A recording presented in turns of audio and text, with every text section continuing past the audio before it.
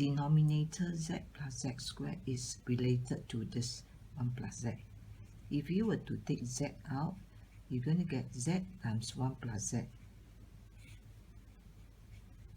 Okay, and the common denominator for 1 plus z and z times 1 plus z is actually z times 1 plus z.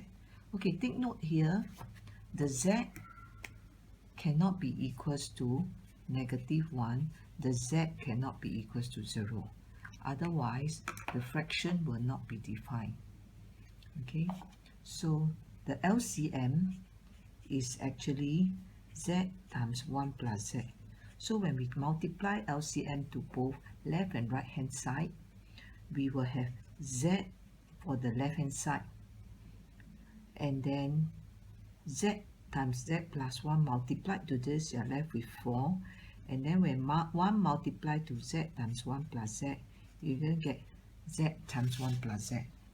Expand out, so we have z plus z squared. So we'll have z squared plus 4 is equals to 0. No matter what's the value of z that we try, we will never be able to get the square of it equals to -4. Okay, unless it is a imaginary number, complex number.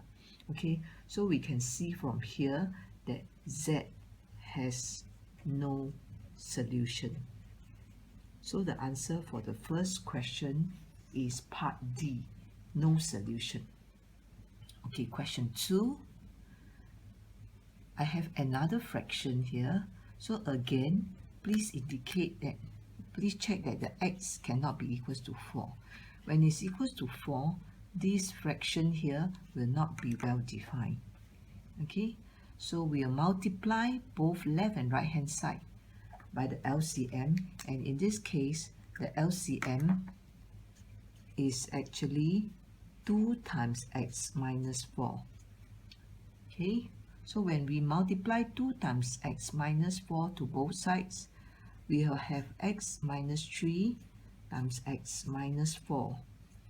And then on the other side, we will have 2. Okay, expand this out, we have x squared minus 3x minus 4x plus 12. And I bring the 2 to one side. Remember, we always put one side to be equals to 0. So now I can simplify it to be x squared minus 7x plus 10 equals to 0. By the cross method, 5 times 2 is 10. So negative 5x and negative 2x together, you have negative 7x. So therefore, x minus 5 times x minus 2 equals to 0. So x minus 5 is a 0, or x minus 2 is a 0. So x is 5, or x is equals to 2.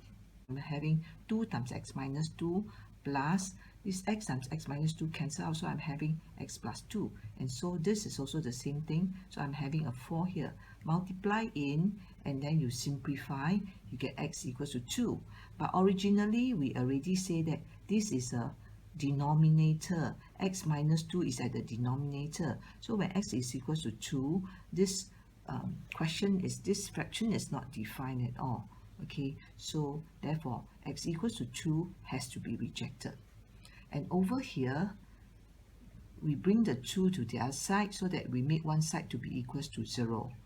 Okay, and then we factorize, and by using the cross method, after we factorize already, the two factors multiply together to get 0. That means one of them must be equals to 0. So this is the now factor law. So this or this equals to 0. So x is equals to 2 or x equals to -1.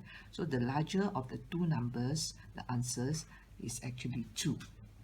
This particular quadrant, the sum of the solutions, okay, so you're going to add them out. So that will be -12 and -1. So together is -3.5. So the answer is part D. Question 6. there's a fraction. So x cannot be equals to 0. Okay, we're going to multiply x to both sides. So x times x plus 1 equals to 20.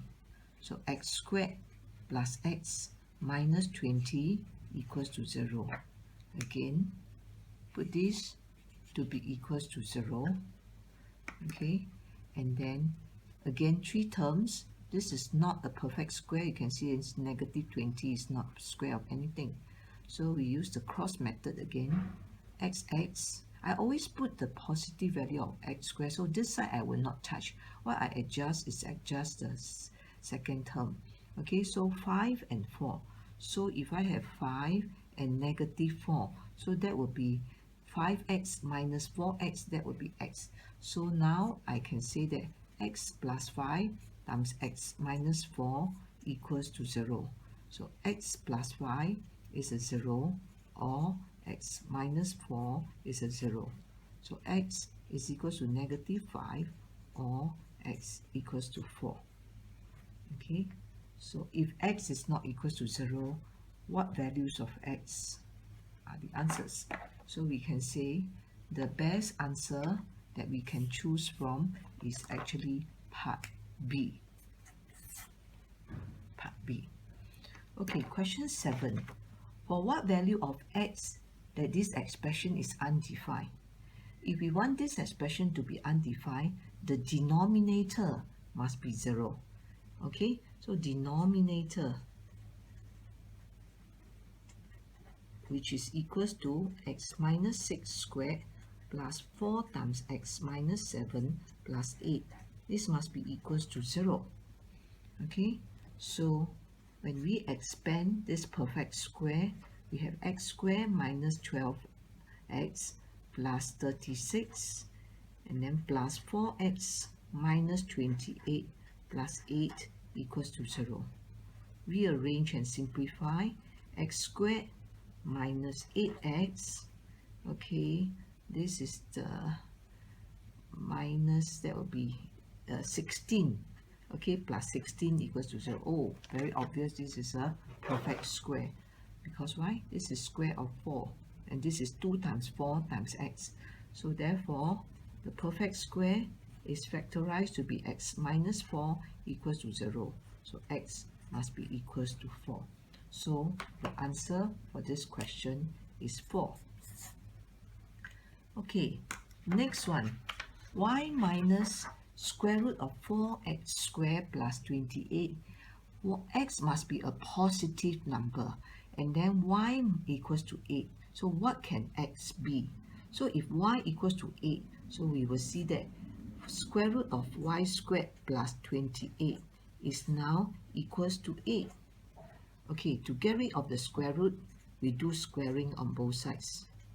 So we're going to get 64 here. So 4x squared equals to 36, because 64 minus 28 is 36. So x squared is equals to 9. Okay, we are supposed to have x squared minus 9 equals to 0 can be factorized to be x plus 3, and x minus 3 equals to 0.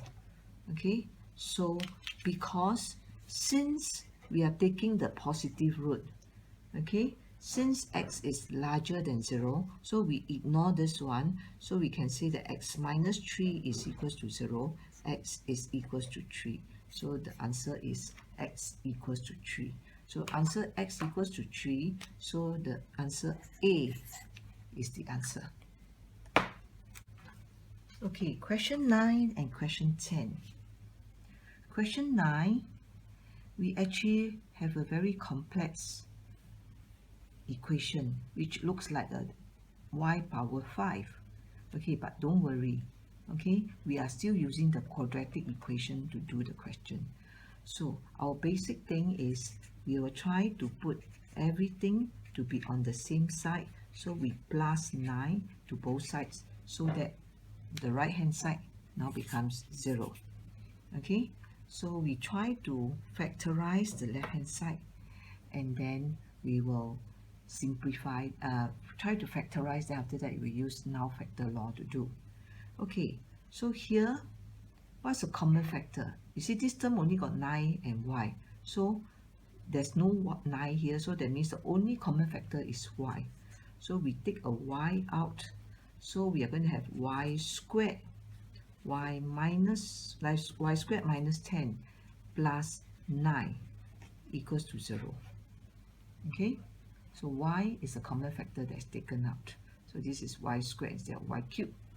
Okay, then next is y into this is going to be y power 4 minus 10y squared plus 9 equals to 0. Okay, this one look like power 4, but actually, can you see that this is square, this is 4, so we can take it as an equation of y squared. So this will be square of y squared, which is y4. So we're going to factorize it as y squared, so that will be the y4. And then 9 here, we're going to have a 9 and a 1. Because I want the middle term to be minus 10y squared. So if I put a minus here, another negative here, so together I'm going to get negative 10y squared. So I can now factorize it to be y squared minus 9 times y squared minus 1 equals to 0. Okay, this one can further be factorized. This one also can further be factorized. So this will be y plus 3, y minus 3. And then this will be y plus 1, and then y minus 1 equals to 0. So now you see you have 1, 2, 3, 4, 5 factors multiplied together to get 0. So which one is 0? So every one is possible. Y is positive. So since y is positive, so that means we can't take this answer because this is exactly equals to 0. We want it to be positive, so this answer cannot be taken. This answer, our y is going to be negative, so cannot be taken. So the positive value will come from y equals to 3. Yes, this one can.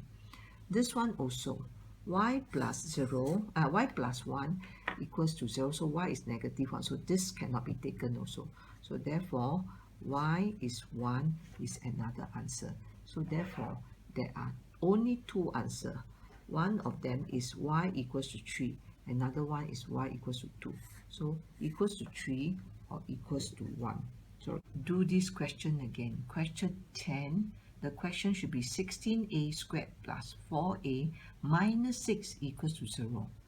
2 is a common factor, take 2 out. So you have 8a squared plus 2a minus 3 equals to 0. So I put the 8 to be 4 and 2. So 4 times 2 is 8. So 4a, 2a, so 8a squared. Whereas for the 3, I put it to be 3 and negative 1. Because when I have 3 and negative 1, 3 times 2 is 6. 6 minus 4 is 2. So therefore, the middle term is a 2. Okay, so now we factorize this whole thing into 4a plus 3 and then 2a minus 1 equals to 0. So 2 times 4a plus 3 times 2a minus 1 equals to 0. So that means 2 cannot be 0. So the 0 must come from 4a plus 3 or 2a minus 1. So in this case, the a will be negative 3/4 or a is equals to half. So the question asks for what is a possible value of a. So among all the answers, the only possible answer is part A. Part A. Okay, part A is the answer. Whereas for question 9, this is a